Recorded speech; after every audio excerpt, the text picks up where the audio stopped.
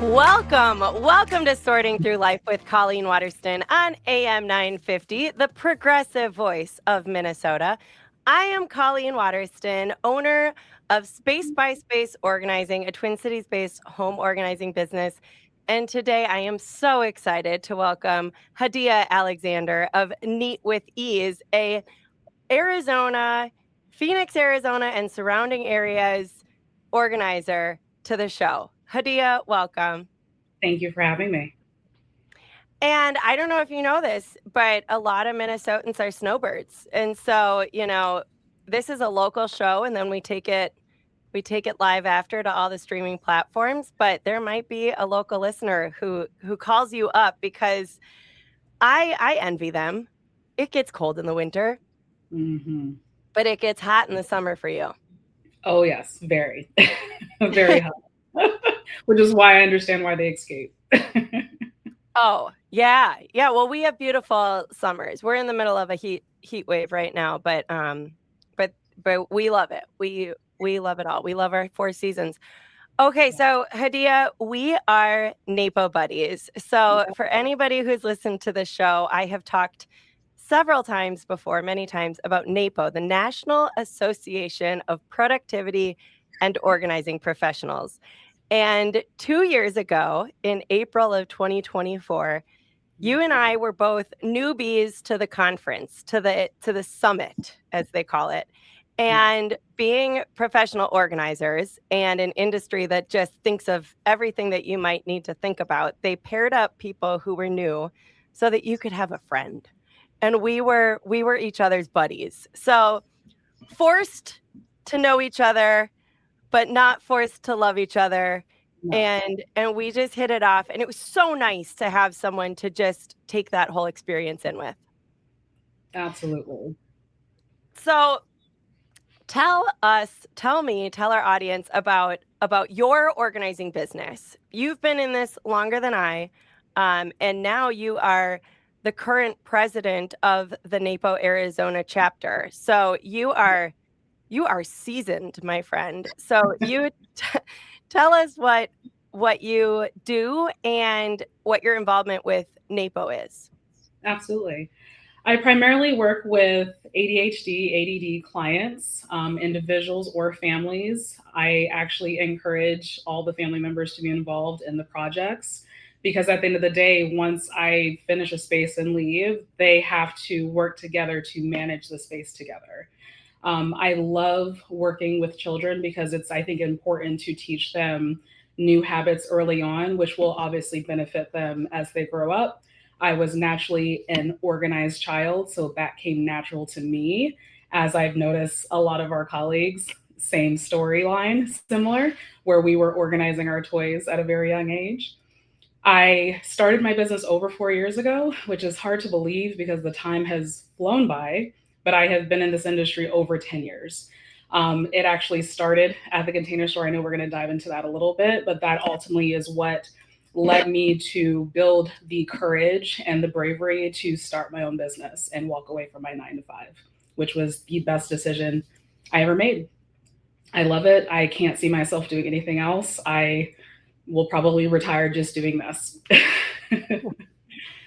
Well, and when we went to NAPO, and I was earlier in my career when I went, so I was a year in, and it was a big investment for me from the business to go and to, and I joined when I went to the conference, so like a week before I signed up, I also registered for my annual membership. I thought I'll just wait till then. And then because NAPO comes with so much, it comes with classes, it comes with the community, it comes with webinars, it comes with so many things. I was like, I'm just going to wait until I get to the summit for them to tell me what I'm entering into as part of this association. But what I learned at that conference was how many niches there are. And so there's so many organizers who, you lean toward that ADHD, ADD person, which I really think neurodivergence has just finally become normalized to talk about and accept that some things that we've assumed everybody should be able to do, or Yeah. that every brain thinks the same way, or that we all learn the same way. And then there's just some people who have a learning disability and they can't. It's like, no, no, no. Like we all have different levels of ability, levels of application, like different strengths and weaknesses that our brains, function under, different environments that are better for others. And I think that neurodivergence has, when we talk about it in a way of like, oh yeah, that my brain doesn't operate that way, or I think ADD, and I think societally our society kind of fuels those of us who identify with ADHD, because there's just so much stimulation all the time and we're all overwhelmed all the time.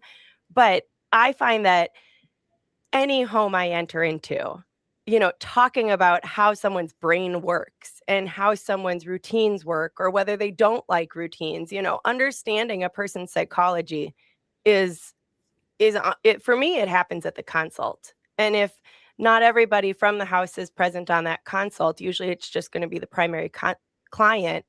We're talking about the brain of the husband, of the wife, of the kids, of someone else who's living there, because that just that's just present. So you really hone in on that ADD, ADHD, and that is something that a lot of other people within the organizing industry and a lot of presentations are centered around. I haven't been to one organizing conference that doesn't have ADHD as a session.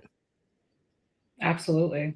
I think it's important for a lot of reasons because I myself have ADHD. No, I was not ever officially diagnosed, but studying that diagnosis, if you will, I check every box. And especially growing up as a child and learning how to figure things out through school for myself was definitely a challenge. But I learned that it's okay that a group project just doesn't make me productive because I'm overstimulated.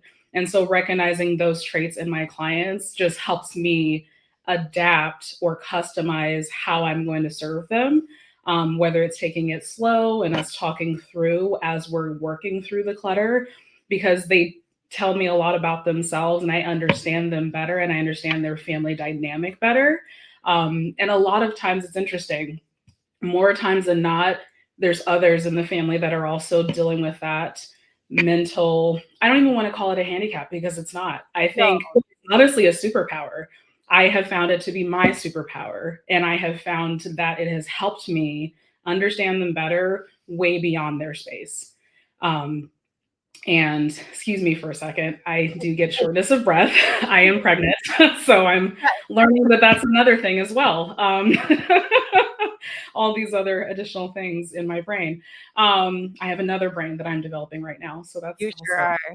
exciting. Yes, but also Lucky little one. yes, which I can't wait to teach them my ways. But going back to what you said, I think it's most important that we understand our clients beyond their space, beyond their surface, because if anything, it's a humbling experience and understanding that you're human too, and it's okay. And it's okay to give yourself grace and give yourself time and understand why this space got cluttered to begin with and got overwhelming to the point where you couldn't feel like you could do it yourself, that you need someone like amazing people like ourselves to kind of help hold your hand through that process. And I'm perfectly fine doing that for my clients. If we have to cry it out, hug it out in order to make sure our sessions are still productive, we're going to do that because I am also an empath. So I feel if there is a mental or emotional blockage, we have to address it, because if we don't, then it's really ignorant to me to just ignore that and just keep working, right?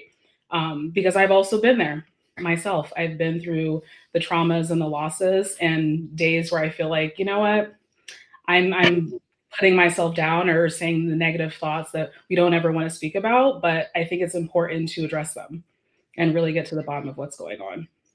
Well, and you've shared with NAPO, you recently lost your mom, Yes. and it was just so important and so helpful to you in your business and your life and beyond and your whole family. And you've written an article about it and you've shared about that in how that's changed you as an organizer and how that's changed you when you approach different clients. So I think and I'd love to have you speak to that, but I think, to kind of talk to the ADHD thing first, like I did go through the diagnosis with the psychologist with, the 14-page questionnaire, and my mom filled out a companion one, and then I had these long sessions, went in for an intelligence test to see, where I flipped up. It was very interesting. And that's a whole separate thing, but I feel like a lot of organizers, do have the diagnosis or have a tendency toward, and it's like, I don't say it's a superpower. I just say it's an aspect of something that it's part of who I am, because I think it also hinders me in my own life quite a bit. It's a part of my like start not finish, some of my perfectionist tendencies. And so I think it would be really fun to be in a neurotypical brain for a couple days and see what I could get done. But here we are, and we are who we are. But I think the organizing industry is full of people who are very self-aware and are not afraid to confront themselves and to learn about themselves and to learn and to create systems in their own life that really serve them. And it's largely women, and it's a very maternal industry. It's a very nurturing industry. And so I think that whether it's neurodivergence or, neurotypical, or whether it's, just everything that's going on, whether someone's going through, a trauma, whether someone's going through a life transition they did not want or did, it's like we show up as humans first, like we are coming into your home to provide a service custom for you. And so largely the women and the men, but the people in the room at NAPO are some of the most empathetic, forward thinking, strategic. They see a mess and chaos, and they have no intimidation of solving it. Like I go into some places, I'm like, okay, it's mind-boggling how much stuff is there, and you're like, this is going to take a lot of time, but okay, and you can see how our clients just have no idea where to start. There's so much emotional attachment to it, whether it was their stuff or someone else's, whether the person's living or has passed, there's just a lot to it. But I just find that within our industry, we are just surrounded by some of the coolest, kindest people, and they're helpers. They're helpers first and foremost. Like if they didn't run an organizing business, they were probably the first to offer their support to a friend who needed, their closet gone through or a better system in their house. And then they probably did that so many times and realized, oh, I can do this professionally. Yeah. And then created their businesses for themselves. Like I say that I'm going back into a book that I was working on, and I started organizing as a procrastination mechanism for the book.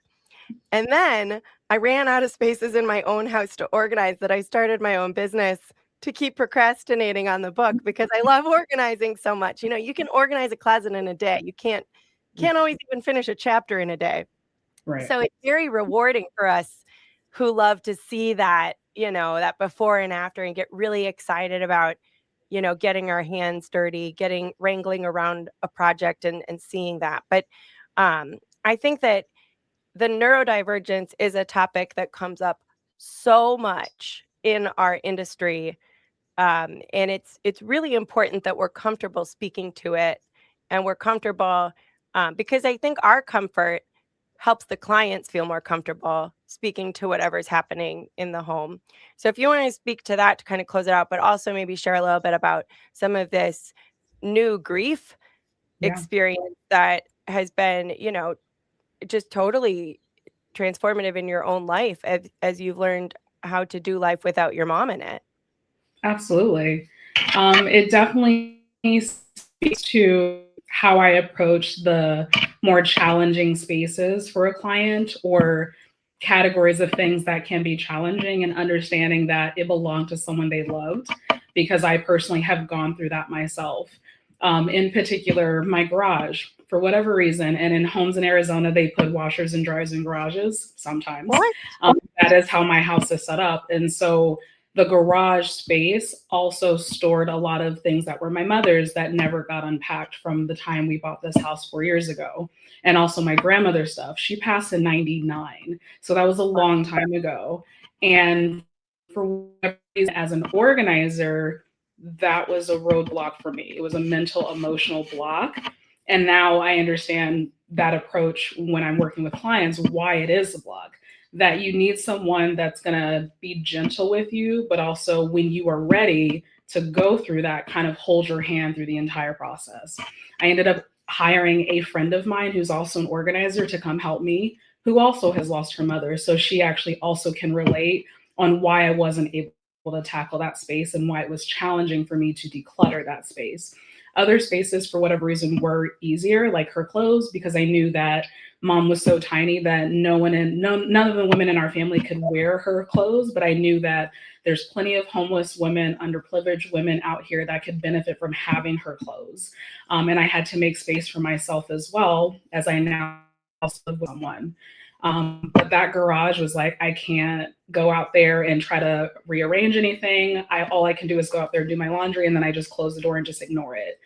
But once I finally got the courage, and it took over a year for me to go through that space, once I did it, I felt so much lighter and inspiring and encouraged to be like, I can help a client when they're ready, because I never want to force even my own services, general services on a client. When they're ready, they will call me, they will hire me, and know that I'm going to help them space by space to get through this. And so I think it is important to have someone that has the patience to like hold your hand through the sensitive things. And knowing it's okay. Like there's no time limit on grief. I think that's one thing I've learned personally, as I've witnessed it watching other clients as well go through their grief. There is no time limit. And so if you're not ready for it, that's okay. Find a way to store whatever that is, even if it's photos, delicately. So when it is time, you'll be able to actually go through it with someone holding your hand as you're going through it. I have a client coming up, and we're going to be every other week for just 2 hours and go through boxes of a mom and an aunt who have passed, letters, memorabilia, things. And also for some of it, it's going to be, let's put some of this stuff on the walls, let's display. There's some cool jewelry. It's like we're talking about, putting glass containers with some of the jewelry on it. It's not messy, but it's everywhere in boxes. And I'm so excited to do that, but it's exactly what you said. Like, it doesn't have to happen overnight. Like, we're going to do 2 hours at a time every other week.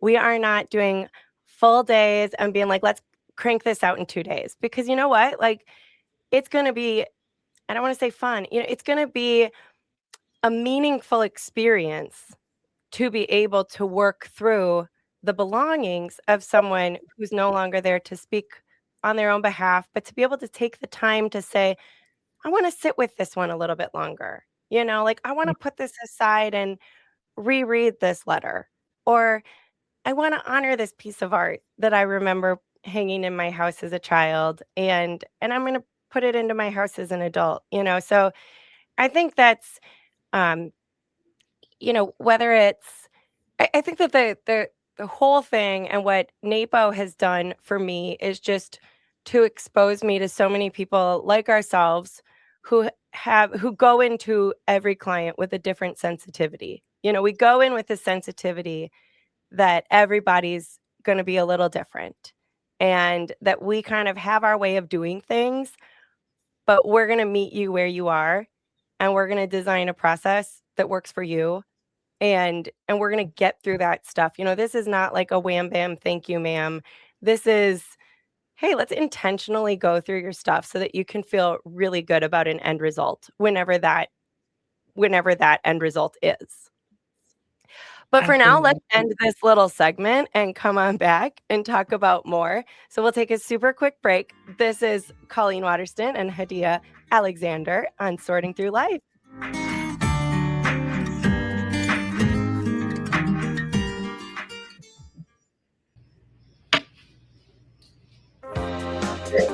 Welcome back to Sorting Through Life with Colleen Waterston on AM 950. I am here today with my dear organizing friend, Hadiyah Alexander. And Hadiyah, our origin story of our friendship is NAPO conference, NAPO Summit of 2024, when we were assigned as newbie buddies in the mix and went from room to room, or we would find each other afterward and tell each other about the riveting session we just came from. But our organizing origin stories for both of us start at the Container Store. Mine started in 2020, yours started before. So tell me about the Container Store for you and how that made you like fall in love with the industry and fall in love with organizing, because it did for me. I don't mean to impose that on you, but No, the Container Store changed my life. yes. No, I give a lot of credit to my coworkers at the Container Store in Scottsdale from, I want to say June, July 2014, which was a long, long time ago. So at the time, that company was a private company, perfectly staffed in order to work truck, work the floor. But I also enjoyed the customers that came in, the lifers that were looking for products they had already previously purchased, wanting to add to it, because who doesn't want everything matchy, right? But also working at the register, I got to pick the brains of the organizers that were also part of the local chapter here and really understand how they got started, why they got started, the clients that they work with, and the careers they had before. A lot of them, veterans now, the OGs, had previous careers before deciding I'm going to walk into this new industry that not everyone knows about, that's predominantly women. I think that's just a given. But there are some men that do it too, and I think it's really cool. But this was after I finished my college career, so I had no. And there's couples, and you're one of those couples now. You and your boyfriend. Yeah, you've brought a man into the industry. Yes, he is a subcontractor, not an employee. I know the difference because we live together, work together sometimes, and I think there's important to have a balance in all the things that you do, even the people that you work with. And just, I think it's a beautiful thing because he comes from a construction framing background. And so he has many skills that I do not. And early on, I recognized it is okay not to know everything or how to do everything, that building that team that makes it more wholesome and more beautiful for the client, knowing that I can go to all of these beautiful individuals for everything I need in my home. And that's part of the reason why I built my team. My two mentors, specifically Valerie Contrell with the Unpackers, who is now officially retired, and Bridges Connors with Get Organized with Bridges. They specifically told me the only way for you to be successful is to build your team. And watching them do it and be substantially successful, they are the goals, if not a pivot point for me. Like, I want to be able to exceed that. I want to come to a time where I can take time off because I can afford to do so, because I know my team's going to handle whatever needs to be done, because I've trained them to do exactly what I do. If not, they're going to do it better, right? I mean, that's the whole point in growing a family, is you want to make sure that whoever you bring into this world, they're going to be better, or a better version of yourself. And that's what I want for my team. But going back to working for the store, I feel like for me, that was my candy store. It was people that thought like me, that were energetic like me, that were flawsome like me. And I got to work with them and really get to know them. And yes, flawsome. I don't believe in like awkward or weird terms. So I literally just, I like to use that word, flawsome. When anytime a client talks down about themselves, like, oh, I'm weird or I'm this, I'm like, no, you're flawsome. You have flaws, but you're awesome. Oh, yeah, flawsome. Never heard that before. Yes. Just to, change the verbiage that we speak about ourselves, right? Like, no, you're not weird, because there's so many people like you. You have no idea. And I think it is a beautiful thing to find commonalities in us, but we are all also very different, which makes this world so more beautiful, honestly. But working there, it really helped me understand, like, this is something I can do beyond the store. I can actually start a business doing this. And it was just so much fun. Like, it never felt like work clocking in. It was just like, I'm going in to have fun with the people I actually like. And I am still friends with them to this day, 10 plus years later. I still call on them. We hang out. We spend time with each other's families. Some of them have helped me on jobs, which I think is really cool. It's come all full circle. But it was just a lot of fun. And yeah, it was physical work, but so is what we do. It's physical, mental, emotional, but it's something that brought me true joy working in that store and really understanding the options that were available. No matter the space, no matter the challenge, no matter the client, there's always a solution. And I think naturally, I've always been a problem solver. I want to help people, to a capacity as much as I possibly can. But it's just always really cool to find out new ideas, that things I would have never even thought of, that I've learned from my own colleagues, that I've learned from customers even. It's like I would have never thought about that. I think I'm going to use that in a space and see if it works, right?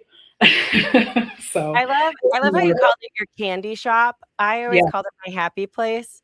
yeah, And we only have one. You told me you have 4 in yes. Arizona. We have Now, one. We have one Container Store in Minnesota. It's in Edina, and it has like a separate parking lot. You go there. You don't stumble upon it. It's not in a strip mall. It's like I'm going to the Container Store. And people would come in, and if they were like, "Oh, I've never been here," I was like, "I'm so excited for you." Like, "I wish I could come here for the first time again," and I'd say things like, "Orlando has Disney, but Edina has the Container Store." Like, I was the Container Store's hype girl when I was on the clock there because I yeah, loved it. And, I talked, Ellen Fay from NAPO, who is a past president of the entire association, and then has been a productivity coach and author, and just another example of, the caliber of women and professionals that are in this industry.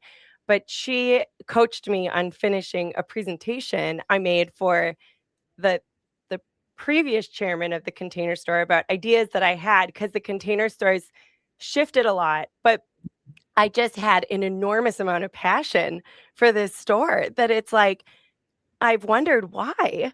But what I realized, and through that presentation when I ended it, and I did send it for I've had some people say, "What happened to the presentation?" I sent it. I've sent it to the new CEO. We can get into that, but it turned out to be like 62 slides, and wow, it's a 90-minute presentation. Like, I recorded myself presenting it. wow. But what I think my affinity for the store is that I kind of imagined, I thought they should do like an advertisement. You know those ads that show like the mom hiding in the closet while the kids are running around the house like crazy, and she's, having her chocolate, and it's for like Hershey's. Taste your break. They used to, every aisle in the Container Store used to be like so high.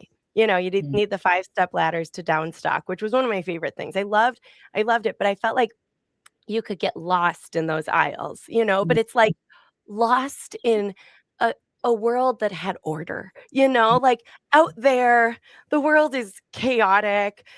Nobody knows anything anymore. It's like, which way is which? We're all just kind of like trying to get by. And you can go into the Container Store and be like, but there's this dream world that has order in every direction. And it was wow, like, we could go in there and be our aspirational selves, and we can dream up a perfect closet. And then, you actually could go home and implement it in your life. But like now, as a professional organizer, I see people's best intentions without a tape measure, because they go and they bought like one bin, and it's like, oh, you needed 10 and you needed 14 inches, not 10 inches. And so it's like, these 3 that you bought were like, that it gets frustrating because you spend $100 and it did nothing. Where it's like, if you wow, spent 300 on or like maybe even a different, it's like you can see how the professional organizer, having that store as a resource, could just do magic inside someone's house, because there's so many options. And it's like, a wall of drawer dividers, a wall of hangers, the wall of, everything that can bring order to your life. And so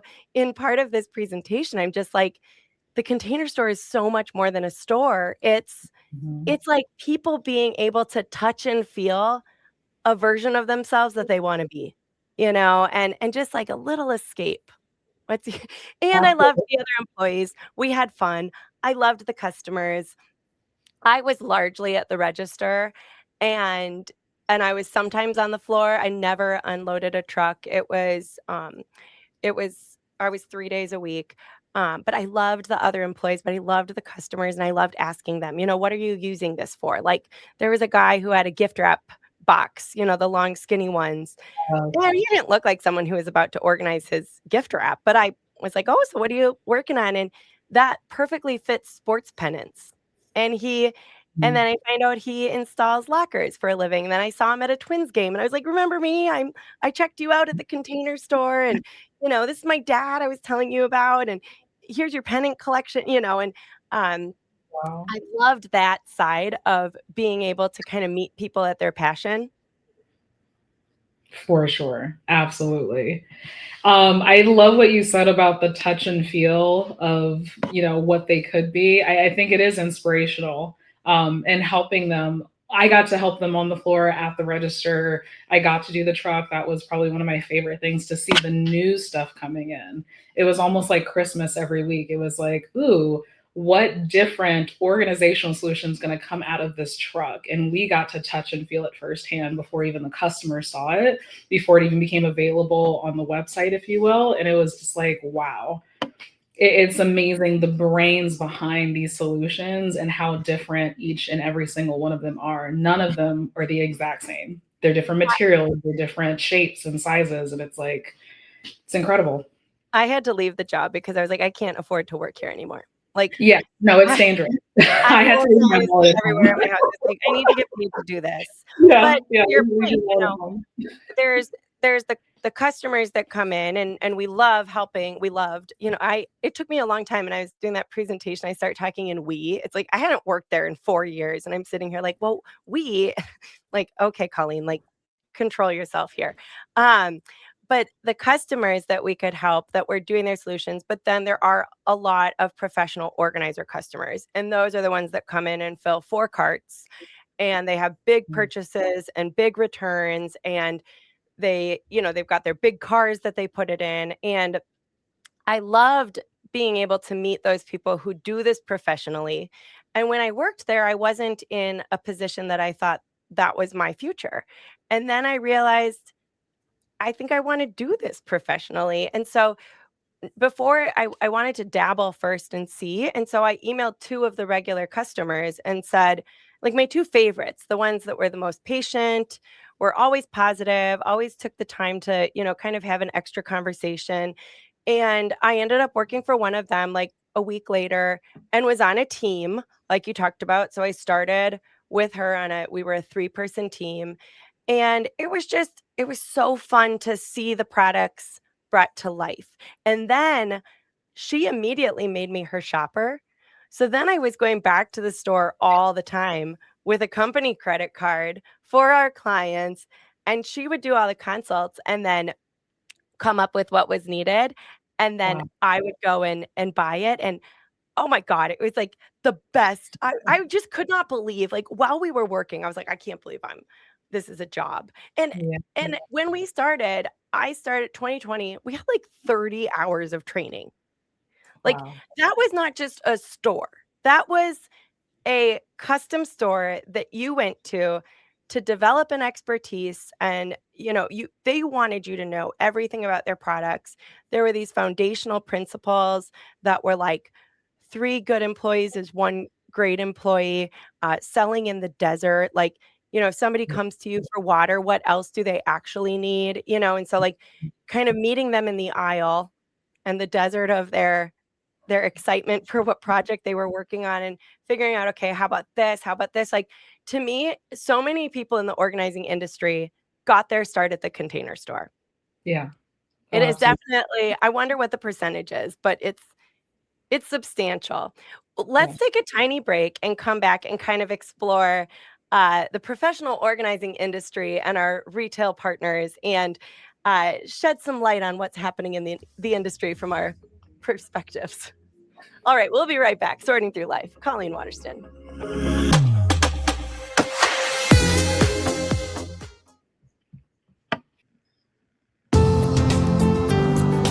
Welcome back to Sorting Through Life with Colleen Waterston on AM 950, the progressive voice of Minnesota. And I am having so much fun here with my organizing bestie buddy, Hadiyah. We are both so busy, we do not get on the phone much. And so this has just been a delight to reconnect with you in advance of our conversation on air and then to share it with listeners. We talked about the organizing industry. We met through NAPO, the professional association. And for that, I just think it's important. There's a lot of different like clubs of organizers out there, and there's a lot of organizers who get really good at something and then develop a business offering for other organizers and then kind of put together a community around that serves a lot of people well. And there's a lot of mini masterminds and but NAPO is the professional organization, managed by an association management company, with chapters, with bylaws, with an ethics code. So for me, being part of NAPO, especially in an industry that doesn't require certifications or continuing education, to me, it's very important to be connected in NAPO because it means that I'm not just operating on my own. I'm always in the company of other people around the country. I have access to them. So, there's the message board that we can be posting to reach each other. There's different chapter meetings that we can be part of if we're in the chapters, but then also you can buy into. I've listened to meetings from different states and I've just paid the rate to join that call. I'm in a writing group with other organizers that comes from a special interest group that I'm not even in, but I just write with these other organizers on Zoom Saturday morning. So NAPO, you are fully in. You are the president of your chapter. But I just think that being part of that is really helpful for all of us who are doing our own things, hustling around the country in our own markets, but making sure that we are bringing our best to our clients. Absolutely.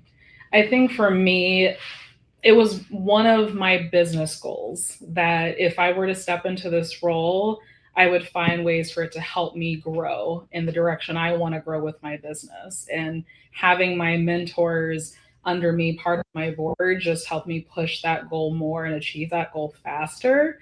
And it learned me how to delegate. I think that was one of the most important tips I learned from my past president is you have to learn how to delegate. You don't have to know everything. You're not expected to know everything because you're going to have people that are going to help guide you and hold your hand through this process.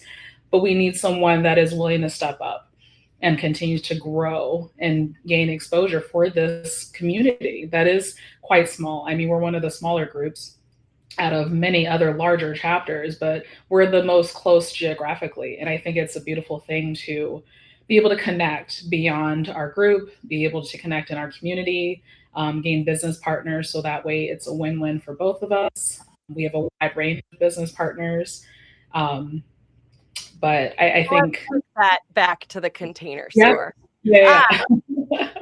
I think the Container Store is a business partner of, and has been sponsoring more things, among others, great business partners. But the Container Store recently got sold. And so you mentioned that you were there in 2014. It was a privately held company.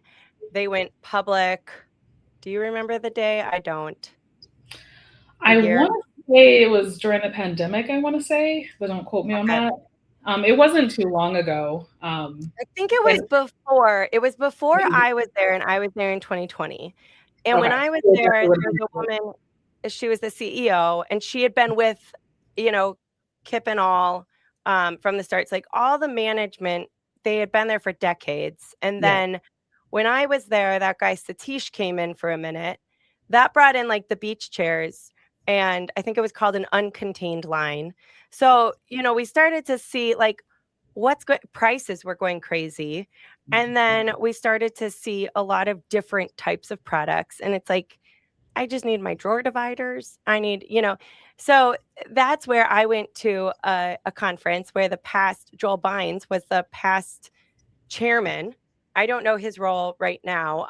But in April, the store sold, the whole business got bought by Marcus Lemonis, who owns Bed Bath & Beyond, Overstock, Kirkland's, recently a mortgage company, also Camping World. He was on The Profit. I've watched The Profit extensively. So the day that this news launches, I go, and I sent him my presentation. So like 4 hours after it becomes known that there's this new ownership, I go and I find his email and I send my 90-minute presentation, this unsolicited feedback from this opinionated organizer from Minnesota, um, with all my passion for this business that he just bought, but everything that I wish he would do with it. And then a couple months ago, I emailed him again and said, I'd love to have you on my show. And he did say, I'm happy to do one, and connected me with his scheduler. I think he might be one of the busiest people in America. Like, he is on Fox Business all the time. He's running these businesses. There's headquarters in all directions. Like, thinking about it gives me a headache, but I will do my darndest to get him on this show. And speaking of NAPO, I put together a Google survey and have put it out there saying, he agreed to be on my show. I have my thoughts, but what are yours? What are your concerns? What are your questions for him?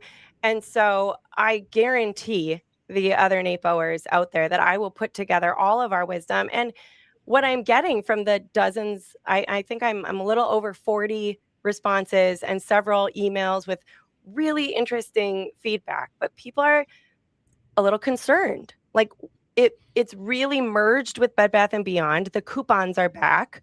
That is like their marketing push right now is all about the 20% coupons.